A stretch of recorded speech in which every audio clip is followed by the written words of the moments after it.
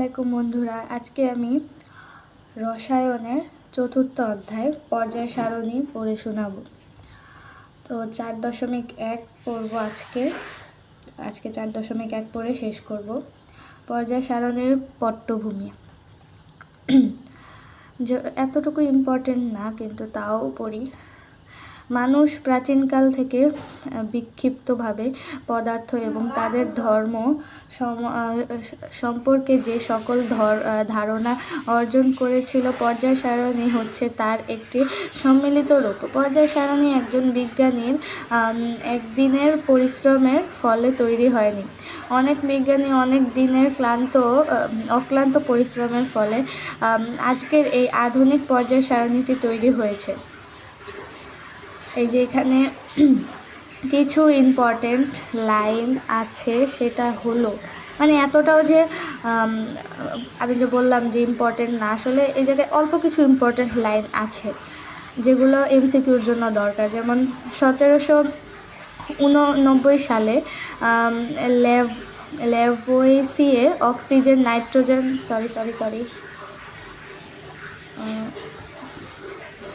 Oxygen, nitrogen, hydrogen, phosphorus, mercury, zinc এবং sulphur ইত্যাদি মৌলিক পদার্থসমূহকে ধাতু অধাতু এই দুই ভাগে ভাগ করেন।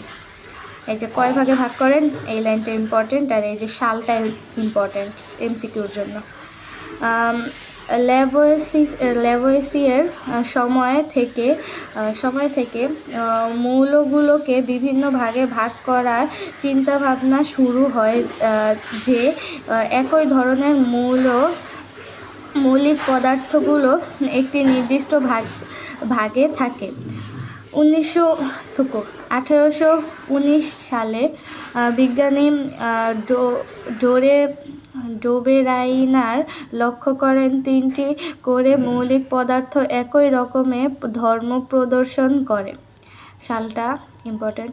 তিনি প্রথমে পারমাণবিক ভর অনুসারে 3টি করে মৌল সাজান। এরপর তিনি লক্ষ্য করেন দ্বিতীয় মৌলের পারমাণবিক ভর প্রথম ও তৃতীয় মৌলের পারমাণবিক ভরের যোগফলের অর্ধেক বা তার কাছাকাছি। একে ডোবেরাইনের ক্রিয়াসূত্র বলা হয়। এই যে কোন জায়গা থেকে, মানে এই যে 1829 সাল থেকে পুরোটাই ইম্পর্টেন্ট।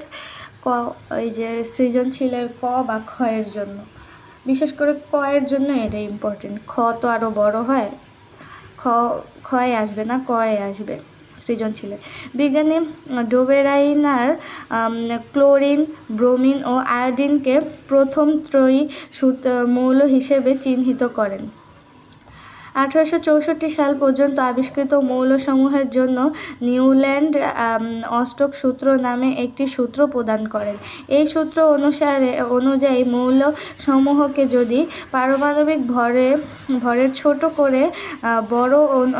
থেকে বড় অনুসারে সাজানো যায়, তবে যে কোনো একটি মৌলের ধর্ম তার অষ্টক মৌলের ধর্মের সাথে মিলে যায়।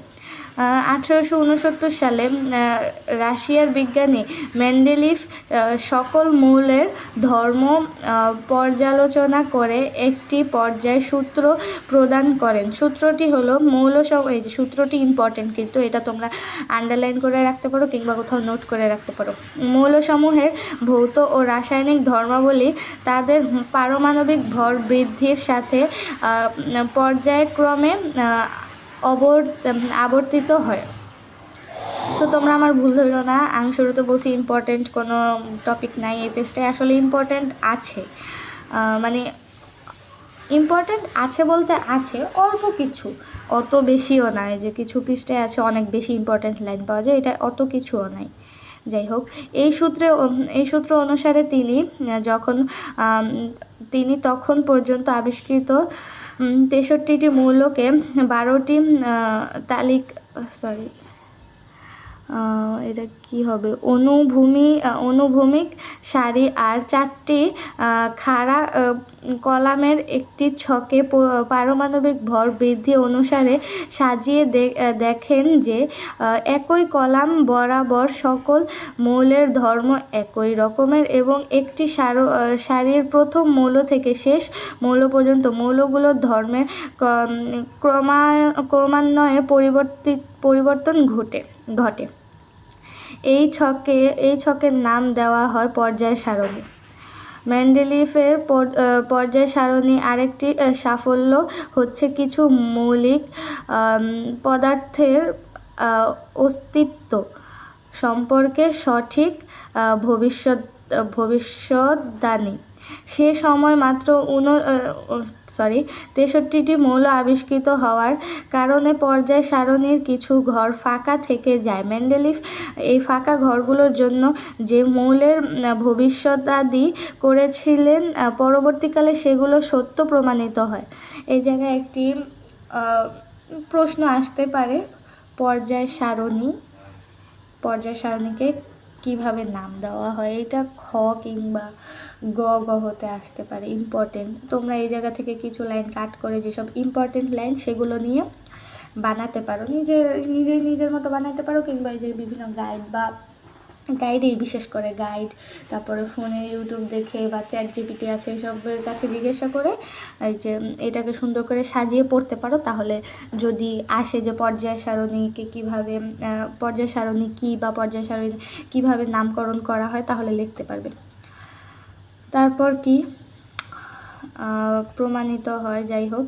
এরপর এই যে পর্যায় সারণীর ছবি দেওয়া আছে, এটা তো আশা করা যায় সবাই দেখছো, এটার পইরা শোনানোর কিছুই নাই।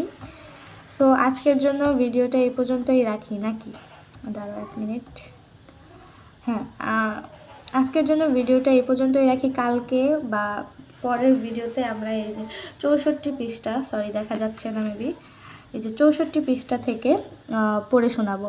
64 থেকে বাকি যতটুকু পারি পড়ে শোনাবো এক ভিডিওতে। আজকের জন্য এই পর্যন্তই। সবাইকে ধন্যবাদ ভিডিওটি দেখার জন্য।